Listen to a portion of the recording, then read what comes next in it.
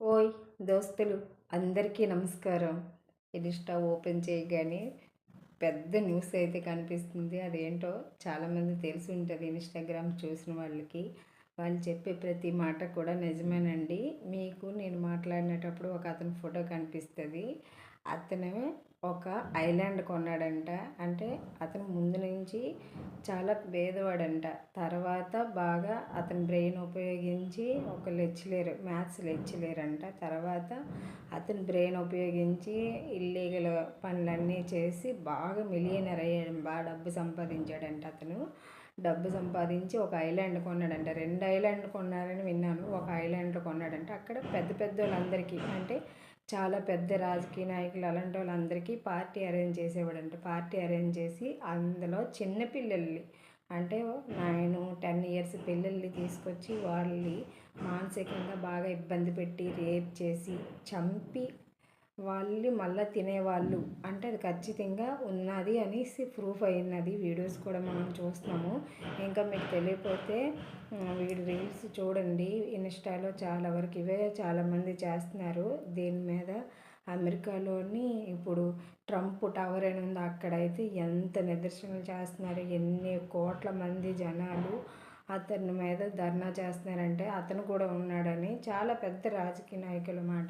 అంటే కలియుగంలో రాక్షసులు పరిపాలిస్తారనడానికి ఇదే పెద్ద నిదర్శనం అన్నమాట. మరి నరరూప రాక్షసులే కదా. మనిషి మాంసం తినడం ఉన్న జంతువుల్ని ఎలాగ చంపుకొని హింసించుకొని తింటున్నాం. ఇంకా లాస్ట్కి చిన్నపిల్లల్ని మనుషులు కూడా మనం వదలడం లేదన్నమాట. ప్రపంచం బాగా విషపూరితం అయిపోయిందన్నమాట. మంచి ఎక్కడైనా ఉందంటే 100లోని కనీసం 1% ఉందేమో. మిగతాదంతా చెడుతోనే జరుగుతుంది. మనం ఎవడలా పోతే ఏంటి, మనం బాగున్నామా లేదా, మనం బాగున్నామా, మన ఫ్యామిలీ బాగుంది, మన వాళ్ళు బాగున్నారు అనే లెక్కలోనే చూస్తున్నారే తప్ప ఎవరు అలా పోతే అది మన వరకే తిరిగి తిరిగి మళ్ళీ వస్తుందని ఎవ్వరు ఆలోచించడం లేదు. ఆలోచించరు కూడా. ఎందుకంటే ఇది రాక్షసులు పరిపాలిస్తున్నారు కాబట్టి మన థాట్స్ కూడా అలాగే ఉంటాయి. నేను మాట్లాడుతుండగా ఒక అతని ఫోటో కనిపిస్తుంది కదా, అతనేనండి. అసలు ఇతను ఫైనాన్షియల్గా చాలా మిలియనియర్ అంట. ఫస్ట్ నుంచి అతను బ్రెయిన్ ఉపయోగించి ఇల్లీగల్ పనులన్నీ చేసి ఎక్కువ డబ్బు సంపాదించి ఒక ఐలాండ్ అంటే ఏంటి, చుట్టూ సముద్రం ఉండి మధ్యలో ఒక ప్రదేశాన్ని ఏకంగా కొనడం అన్నమాట. అంటే ఒక ప్రదేశాన్ని ఏర్పరచుకోవడం తన యొక్క సొంత దీనిగా. ఆ ఐలాండ్లోని చిన్న పిల్లలు 10-11 సంవత్సరాల పిల్లలు తీసుకొని వెళ్ళి అంటే అక్కడ రేప్ చేసి చంపేసి వాళ్ళే మళ్ళీ తింటున్నారు అని థాట్స్ మాట. అంటే ఇతను చాలా ఇల్లీగల్ పనులన్నీ చేశాడంట. జైలుకి వెళ్ళి అతను ఉన్న పలుకుబడితో రిటర్న్ అయిపోవడం అన్నీ జరిగాయి. 2019 ఇతను సూసైడ్ చేసుకున్నారు అంటున్నారు, కానీ ఎవరు సూసైడ్ చేసుకోరు. ఇలాంటి మూర్ఖులు ఎవరో చంపేసి ఉంటారు ఇలాంటి వాళ్ళకి. ఎన్ని ఇల్లీగల్ ఎన్ని చెత్తముండ పనులన్నీ చేసి అతనే చచ్చిపోయాడంటే ఎవరు మేము నమ్మలేం కదా. నిజంగా చెప్పాలంటే ఎవరో ఇతన్ని చంపేసి సూసైడ్ చేసుకున్నారని క్రియేట్ చేసి ఉంటారు నాకు తెలిసి. ఎన్ని రకాలన్నీ నా వీడియోస్ అన్నీ నేను చూపించలేను. అంటే నోట్తోటే చెప్పగలను. మీకు ఇంకా చూడాలి అనుకుంటే మాత్రం వెళ్ళి మీరు రీల్స్ యూట్యూబ్లోని, నెక్స్ట్ వచ్చేసి ఇన్స్టాలో ఎక్కువ పెట్టున్నారండి. ఇన్స్టాలోని చూస్తే మీకు తెలుస్తుంది ఎంత దారుణంగా తయారవుతున్నారంటే జనాలు అంత దారుణంగా తయారవుతున్నారన్నమాట. ఈ ట్రంప్ ఇలాంటి వాళ్ళు పెద్ద పెద్ద వాళ్ళు అందరూ ఉన్నారని. మరి ఇంత సీక్రెట్ది ఎలా బయటకు వచ్చిందంటే చాలామంది చెప్పినా సరే వాళ్ళు పిచ్చోళ్ళు అలాగని చెప్పి హ్యూమన్ మీట్ తినడం ఏంటి అలాగని చెప్పి చాలా వరకు కప్పుపుచ్చారు. తర్వాత ఇతను చనిపోయిన తర్వాత ఇతను ఒక సీసీ కెమెరాలు, అంటే ఎవరికి తెలియకుండా కెమెరాస్ కూడా అమర్చాడంటే ఈ కెమెరాల ద్వారా ఈ వీడియోస్ అయితే బయటకు వచ్చాయని ఒక టాక్ అయితే నడుస్తుంది.